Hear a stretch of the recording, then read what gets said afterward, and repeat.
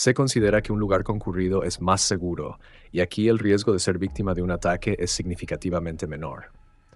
Según las estadísticas, esto es cierto, pero nada impide que un criminal atraiga a su víctima a un lugar desolado para cometer algo aterrador. La historia de hoy ocurrió en Andria, Italia. Es una ciudad rica en patrimonio histórico, con una población de aproximadamente 100.000 personas. Es bastante conocida entre los turistas y atrae un gran flujo de visitantes diariamente. Para muchos habitantes locales, esto permitió desarrollar un negocio turístico, cuya mayor parte de los ingresos provenía de visitantes de otras ciudades y países.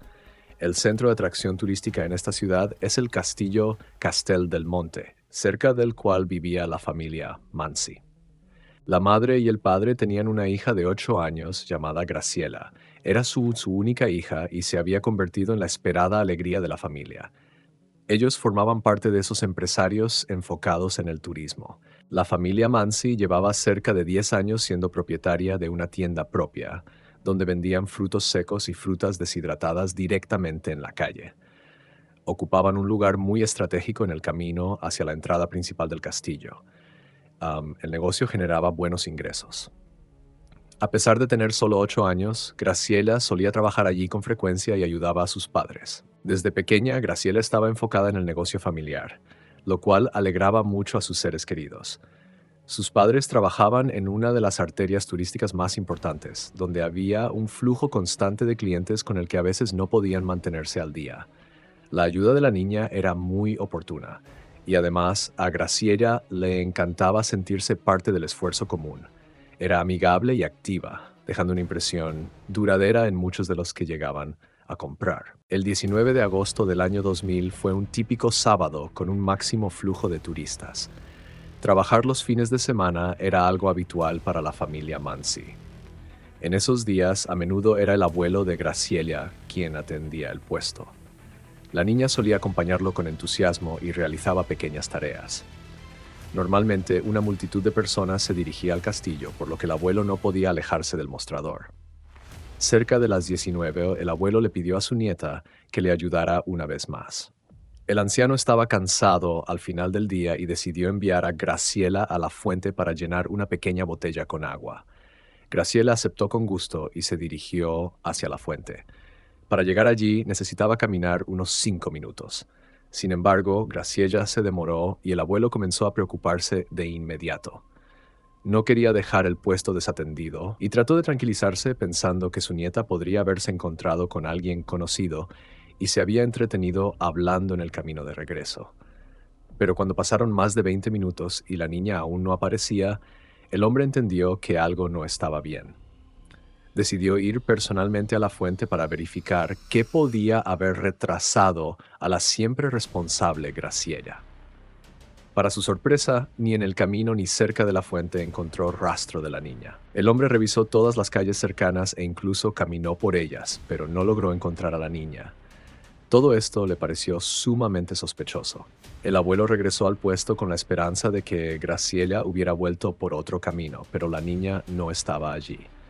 Aproximadamente media hora después de su desaparición, contactó a su hijo y a la madre de la niña y comenzó a llamar a sus amigos y conocidos cuyos números recordaba.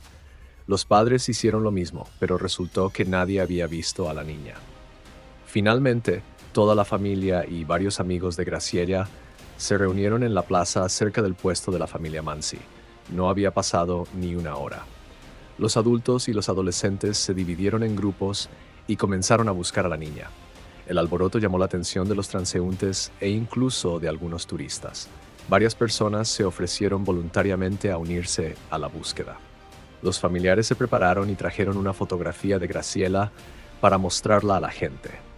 Algunos realmente dijeron haber visto a una niña que coincidía con su descripción, tanto durante el día como por la noche. Sin embargo, nadie tenía idea de hacia dónde se había dirigido ni qué le había sucedido. Era una zona tranquila y pacífica, donde por lo general no ocurría nada fuera de lo común. Resultaba difícil imaginar que alguien pudiera haber atacado a la niña en un lugar tan concurrido. Después de un par de horas de búsqueda sin éxito, la familia Mansi se dirigió a la comisaría local. Los familiares denunciaron la desaparición de la niña. Los policías abordaron el caso con entusiasmo. Así, los carabineros se unieron a la búsqueda de la niña desaparecida. Unas horas después de la desaparición, un testigo se acercó a un oficial que caminaba con uno de los equipos por las calles. Según su relato, había escuchado un angustioso grito infantil proveniente de una zona boscosa, alejada del castillo Castel del Monte. Dos policías se dirigieron hacia esa zona boscosa y vieron nubes de humo que se levantaban aproximadamente desde su centro. No pensaron que esto tuviera alguna relación con la desaparición de la niña, pero decidieron investigar qué estaba sucediendo. Se suponía que debían averiguar qué causó el incendio y llamar a los bomberos. Sin embargo, cuando los oficiales se acercaron y quedaron a unos pocos metros del sitio del fuego, comenzaron a percibir un olor característico a carne quemada. El incendio no parecía un fuego común. Al acercarse más, los carabineros notaron que se habían lanzado hojas secas al fuego y debajo de ellas había algo que parecía un cuerpo humano. Lo más inquietante fue que, por el tamaño, el cuerpo parecía pertenecer a una niña, y la ropa coincidía con el vestido de la niña desaparecida. Los oficiales estaban casi seguros de que frente a ellos estaba Graciela. Las llamas habían alcanzado todo su cuerpo, y cuando la encontraron, ya había perdido la vida. El bosque fue inspeccionado de inmediato. Se encontraron varios fragmentos de ropa de la niña y un encendedor, con el cual probablemente se inició el fuego. Pero no se halló nada más que pudiera indicar la presencia de los criminales. Era necesario examinar todo con más detalle. Además, las autoridades esperaban obtener grabaciones de las cámaras de videovigilancia, que eran varias en la zona del castillo. El forense confirmó las sospechas de los detectives. La víctima era Graciela Mansi. Como resultado de la autopsia, el especialista no pudo dar respuestas concluyentes a las preguntas de la investigación ni a las de los familiares de la niña. El cuerpo estaba en mal estado. Sin embargo, en el informe se indicaba que la niña fue asesinada y prendida a fuego de manera intencional. Las noticias sobre este monstruoso caso llegaron rápidamente a los medios de comunicación. Al día siguiente, los periodistas comenzaron a atacar literalmente a la familia Mansi. Cuando los familiares de la niña fueron informados sobre lo sucedido, primero no podían creer que se tratara de Graciela. Este acto espontáneo de crueldad parecía tan monstruoso que toda la región se estremeció. Los medios de comunicación difundieron activamente rumores sobre el espantoso asesinato ocurrido cerca del famoso castillo. El público estaba aterrorizado por lo sucedido. El flujo de turistas disminuyó considerablemente debido a estas noticias. Los visitantes consideraban el lugar inseguro y temían visitar la atracción, lo que afectó gravemente el negocio turístico de Andria. Los investigadores no perdieron tiempo. Desde el principio, los policías se dedicaron al caso con mucho interés. La principal hipótesis era un incidente en el que alguien había logrado atraerla a un lugar apartado del sendero turístico, donde casi no había gente, para luego agredirla y, finalmente, prenderle fuego con el fin de eliminar cualquier prueba. Sin duda, en la vida de Graciela no podía haber enemigos tan peligrosos, por lo que se pensaba que se trataba de una persona considerablemente más mayor. Las autoridades consideraron varias opciones. En primer lugar, se centraron en la lista de delincuentes registrados propensos a cometer delitos de índole sexual que podrían haber estado en la región en ese momento. Sin embargo, esta hipótesis perdió apoyo a medida que avanzaba la investigación. Incluso se analizó el flujo turístico, ya que no se descartaba que el agresor estuviera viajando y buscando víctimas al azar, siendo Graciela una de ellas. Poco a poco, esta opción también parecía cada vez menos probable. Cuanto más hablaban los policías con testigos, amigos y conocidos de la familia Mansi, más a menudo se mencionaba el nombre de Pascual Tortoro. Era un joven de 20 años, conocido en toda la zona. Trabajaba ilegalmente como aparcacoches en la misma calle donde se encontraba la tienda de la familia Mansi. Muchos se dieron cuenta de que en cuanto Graciela comenzó a ayudar a su familia, Pascual la miraba de manera extraña y su mirada parecía inquietante. Varios testigos señalaron este hecho, lo que resultó muy sospechoso. Cuando las autoridades hablaron con los amigos de Pascual, confirmaron las preocupaciones. Algunos de sus compañeros incluso bromeaban diciendo que el joven de 20 años estaba realmente enamorado de una niña de 8 años. Pero a raíz de lo ocurrido, las bromas de los adolescentes parecían mucho más sombrías de lo que ellos mismos pensaban. ¿Podría Pascual realmente haber sido un depredador, un hombre obsesionado que acabó con la niña?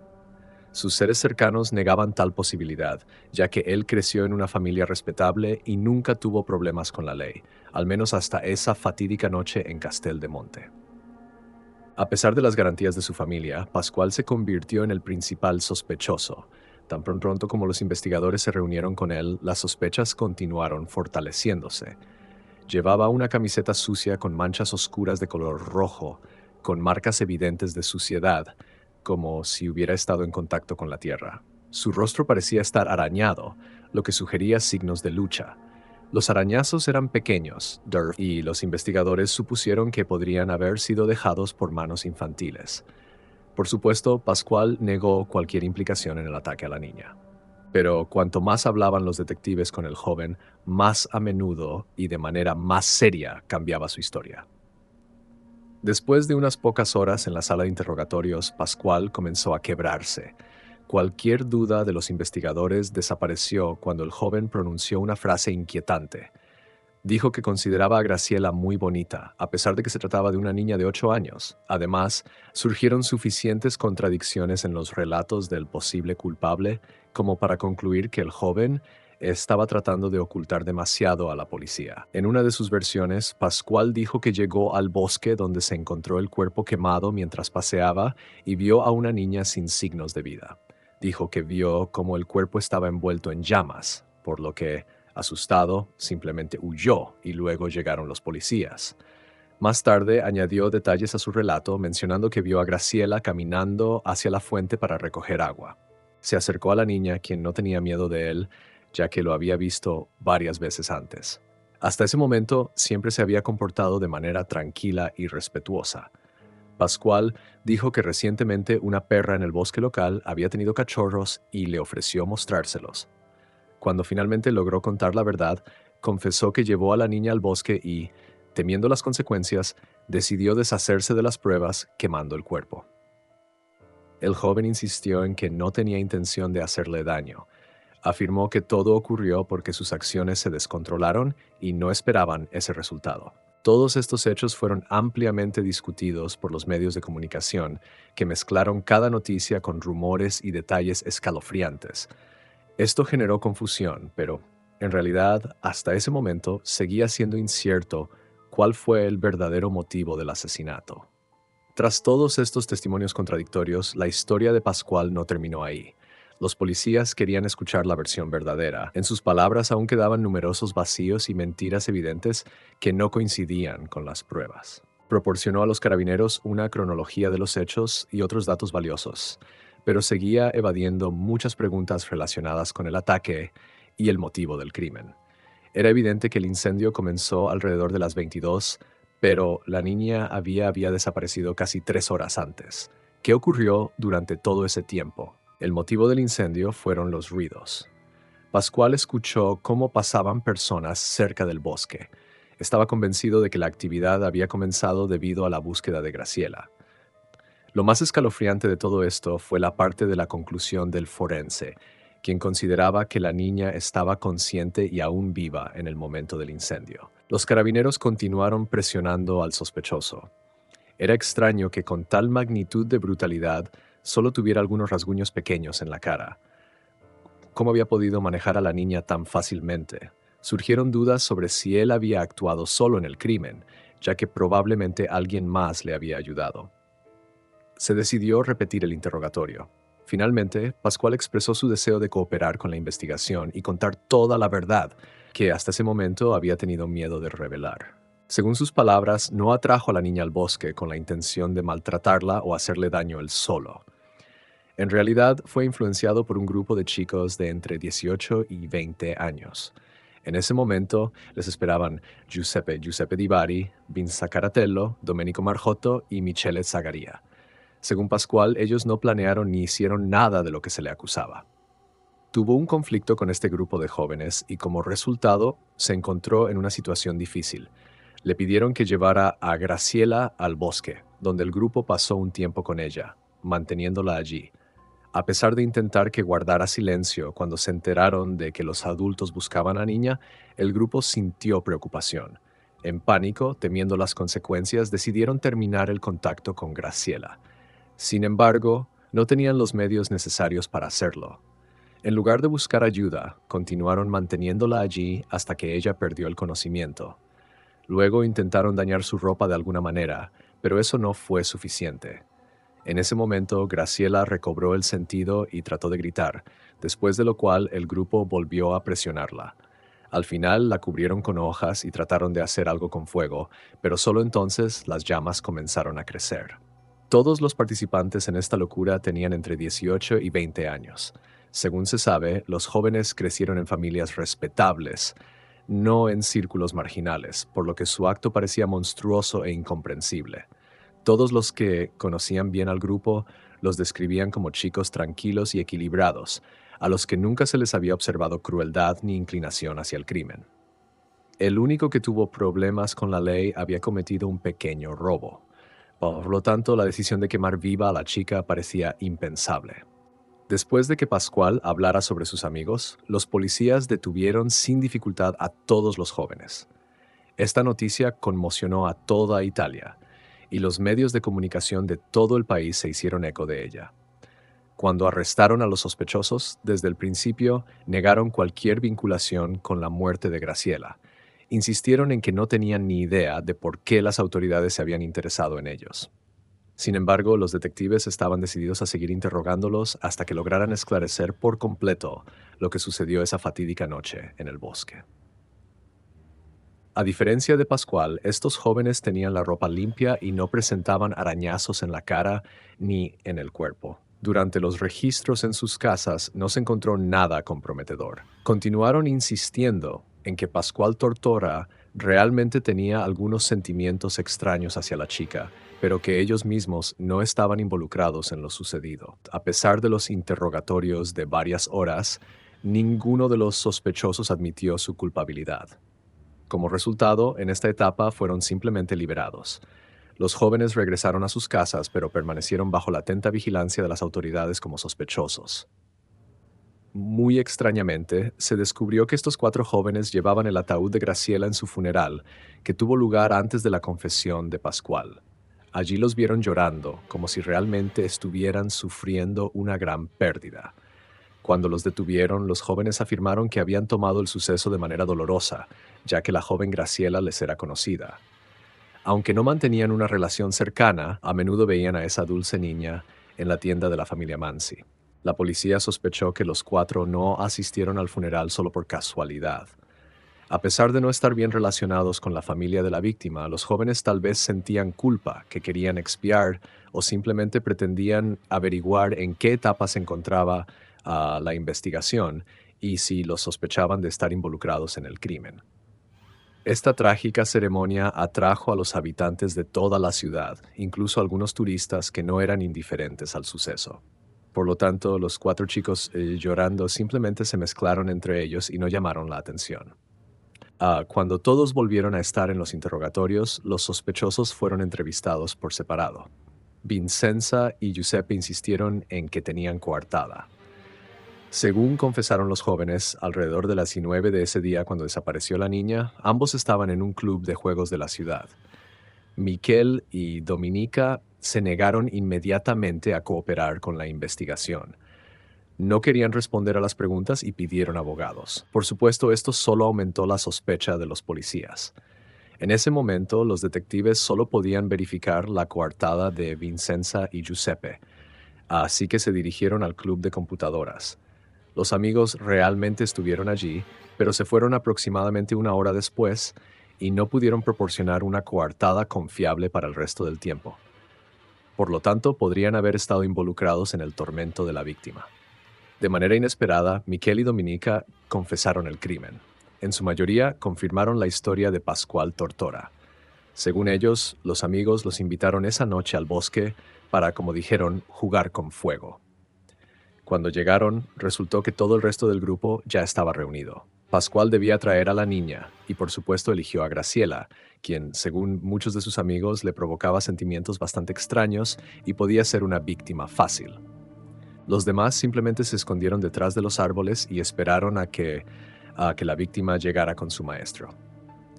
Pascual volvió a confirmar que encontró a la niña junto a la fuente cuando ella estaba recogiendo agua y le ofreció ver a los cachorros que habían nacido en el bosque cercano.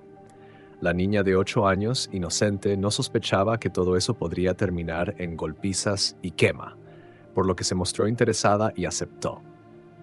Él logró engañar y atraer a la niña porque Graciela amaba mucho a los animales y aceptó con mucho entusiasmo la oportunidad de ver a los pequeños cachorros. Además, confiaba en el chico conocido y no esperaba tal traición. La zona boscosa estaba cerca del lugar donde el criminal había encontrado a su víctima y les tomó unos 15-20 minutos llegar allí. Para ese momento, el abuelo ya debía haber comenzado a buscar a su nieta. Cuando llegaron al lugar acordado, los demás se asomaron de sus escondites. Graciela estaba visiblemente asustada. Es probable que en ese momento se diera cuenta de que estaba en una situación peligrosa, pero ya era tarde. La niña no podía defenderse de sus agresores. Los jóvenes estaban algo ebrios y seguían bebiendo. Algo les sorprendió mucho el hecho de que la niña estuviera tan asustada. Según las declaraciones de los sospechosos, no tenían la intención de causar un daño grave, sino que simplemente querían hacer una broma, tratando de asustar a la niña. Graciela estaba tan aterrada que apenas podía pensar. En un momento, alguien del grupo no calculó bien la situación. Ella accidentalmente cayó y se golpeó la cabeza con una piedra, perdiendo el conocimiento. Los jóvenes afirman que originalmente no tenían planes peligrosos. Su objetivo era solo asustarla más, atándola. Sin embargo, cuando ella perdió el conocimiento, se dieron cuenta de que la situación podía ser mucho más grave de lo que pensaban, y comenzaron a entrar en pánico. En ese momento escucharon algunos ruidos y temieron que la estuvieran buscando. Bajo el efecto del alcohol decidieron destruir las huellas del incidente, pensando que el fuego sería la forma más eficaz. Las declaraciones de los sospechosos fueron parcialmente confirmadas. La autopsia no encontró pruebas claras de abuso. La víctima llevaba ropa interior, aunque se encontraron algunas lesiones en sus órganos genitales, que podrían estar relacionadas con un intento de agresión, pero no con un abuso. Por otro lado, el estado del cuerpo era muy deteriorado. No se descartaba que la niña hubiera sido sometida a un trato cruel y posiblemente a un maltrato. Sin embargo, no se pudo confirmar. El cuerpo estaba gravemente afectado por el fuego, y los carabineros pensaban que algunas pruebas podrían haberse perdido debido al incendio, como temían los sospechosos. La historia del juego sádico parecía no ser completamente veraz. Las autoridades buscaban maneras de confirmar si todo esto había sido una agresión grave, basándose en las lesiones en el cuerpo de la víctima. Mientras tanto, los detenidos seguían afirmando que todo había sido un accidente. Sin embargo, no fue posible confirmar esto. El cuerpo estaba gravemente quemado y los carabineros pensaban que algunas pruebas podrían haberse destruido por el fuego, tal como temían los sospechosos. La historia del juego cruel parecía inventada. Las autoridades buscaban formas de confirmar si todo esto había sido una agresión grave, basándose en las lesiones en el cuerpo de la víctima. Mientras tanto, los detenidos continuaban insistiendo en que todo había sido un accidente. Se decidió resolver finalmente el destino de los delincuentes menores de edad en el tribunal. 2 miembros del grupo nunca admitieron su culpabilidad en el delito. Vincenzo y Giuseppe admitieron que simplemente fueron al bosque porque Pascual los invitó. No tenían idea de lo que implicaba jugar con fuego y quedaron sorprendidos por lo sucedido. Según su confesión, se fueron rápidamente ya que no querían estar presentes, pero estos jóvenes tampoco sospechaban de cómo podría terminar este peligroso juego. No se atrevieron a denunciar a la policía, temiendo ya sea la venganza de los demás o problemas con la ley que inevitablemente surgirían si los acusaran de participar. A pesar de todas las contradicciones en la historia, al final del juicio, Pascual Tortora recibió el castigo más leve. Fue condenado a 30 años de prisión. Había 2 razones principales para esto. La primera era su confesión. De todo el grupo, él fue el primero en cooperar voluntariamente con la investigación. En segundo lugar, por mucho que los detectives realizaran pruebas, siempre todo apuntaba a que no fue Pascual quien encendió el fuego sobre el cuerpo del niño. Aunque participó activamente en los abusos hacia la víctima, los investigadores estaban convencidos de que fueron los otros 4 quienes se deshicieron del cuerpo. Los otros criminales enfrentaron un castigo más severo. Fueron declarados culpables de secuestro, maltrato infantil y asesinato premeditado, y se les impuso la pena más estricta posible: cadena perpetua en una celda de aislamiento. Se entendía que pasarían el resto de sus vidas tras las rejas, sin contacto con otros prisioneros. La madre de Graciela perdió el conocimiento durante la lectura de la sentencia. Su esposo le brindó asistencia. Las familias de los acusados comenzaron a pelear abiertamente. Los familiares de la víctima consideraron que los criminales recibieron lo que merecían, salvo Pascual, quien se libró con una pena demasiado leve por haber atraído a su hija al bosque y condenado a la niña a muerte. Lo que más indignó la decisión severa del tribunal fue Vincenzo y Giuseppe. Continuaron insistiendo en su inocencia. Lo hacían con tal vehemencia que incluso lograron encontrar partidarios que creyeron en su historia, pero esto no les ayudó en absoluto a impugnar el veredicto. Pasaron 8 años después de estos eventos. Vincenzo Caratello, estando en prisión a los 27 años, en algún momento sintió una profunda pérdida de esperanza y dolor interno. Decidió poner fin a esta situación, llevando una cuerda de su bata a la celda. Pocos días antes de esto, su madre lo visitó en la cárcel. Ella seguía creyendo en su inocencia y apoyaba completamente a su hijo. Sin embargo, Vincenzo sentía que sus fuerzas y su voluntad de vivir se habían agotado. A pesar de esto, su madre sentía que ya no era la misma persona y sus instintos maternales no la engañaron. El 19 de junio de 2013, el abogado Michele solicitó una nueva audiencia judicial, señalando algunos errores en el proceso. No estuvo de acuerdo con la sentencia, pero el tribunal rechazó su solicitud. La madre de Pascual se dirigió públicamente a la familia Mansi y se disculpó por lo que hizo su hijo. Consideraba que él debía pagar por sus acciones con todo el rigor de la ley. La madre de Graciela no aceptó estas disculpas, respondiendo de manera bastante tajante, diciendo que Pascual debía al menos experimentar todo lo que vivió su hija. Si él no lo hubiera atraído al bosque, la niña habría permanecido con vida. Por eso, los padres de Graciela culpaban principalmente a Pascual por todo lo sucedido. El nombre de Graciela Mansi todavía es recordado en Italia. Cerca del castillo de Castel del Monte hay una pequeña tumba con su nombre y foto, además de un breve resumen de la vida de esta niña que terminó tan trágicamente. Aquí los lugareños y los turistas a menudo dejan flores y juguetes, y por supuesto los familiares de la niña la visitan aún más seguido. Tras 24 años desde la tragedia, Pascual Tortora salió en libertad. Su condena fue reducida en 6 años debido a su buen comportamiento. En ese momento ya era un hombre de 44 años que decidió comenzar una nueva vida. Si logrará hacerlo, es difícil de decir. Fue el único de todo el grupo que fue juzgado bajo un procedimiento abreviado, lo que permitió obtener una pena más leve. Inmediatamente después de lo sucedido, los chicos dejaron de hablarse entre sí y sus relaciones no se restablecieron ni siquiera cuando Pascual fue liberado. Pascual afirma que no pasa un solo día sin pensar en lo que ocurrió y en el sufrimiento que causó a Graciela y su familia. Según sus palabras, si pudiera regresar a ese día, no habría cometido esa acción. Superar ese difícil periodo y recuperarse fue posible gracias al apoyo de su familia. Él agradece a todos los que le dieron la oportunidad de comenzar una nueva vida. La madre de la pequeña Graciela expresó su opinión sobre la liberación anticipada de Pascual. Ella cree que con su salida en libertad desapareció el sentido de justicia. Está convencida de que personas como él no cambian y pueden ser peligrosas para la sociedad, y no merecen una segunda oportunidad. Vincenzo y Giuseppe, insistiendo en su inocencia, no comprendían por qué Pascual actuó así con ellos. Cuando Vincenzo tomó la decisión de irse, dejó una carta en la que nuevamente subrayaba su inocencia y expresaba su descontento con la injusticia que enfrentaron. El joven esperaba que en el futuro alguien pudiera confirmar sus palabras, mientras él mismo decidió no seguir luchando por su libertad, considerándola como algo sin sentido.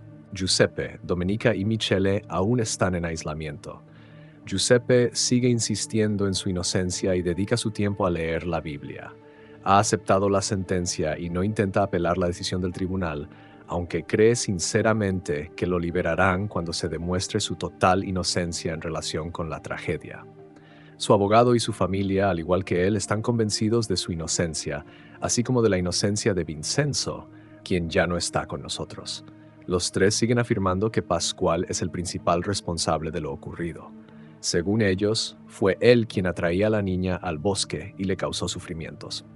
Como prueba de sus palabras, se destaca el hecho de que solo en el cuerpo de Pascual se encontraron rastros de lucha, rasguños de la niña, así como tierra y sangre de ella en su ropa.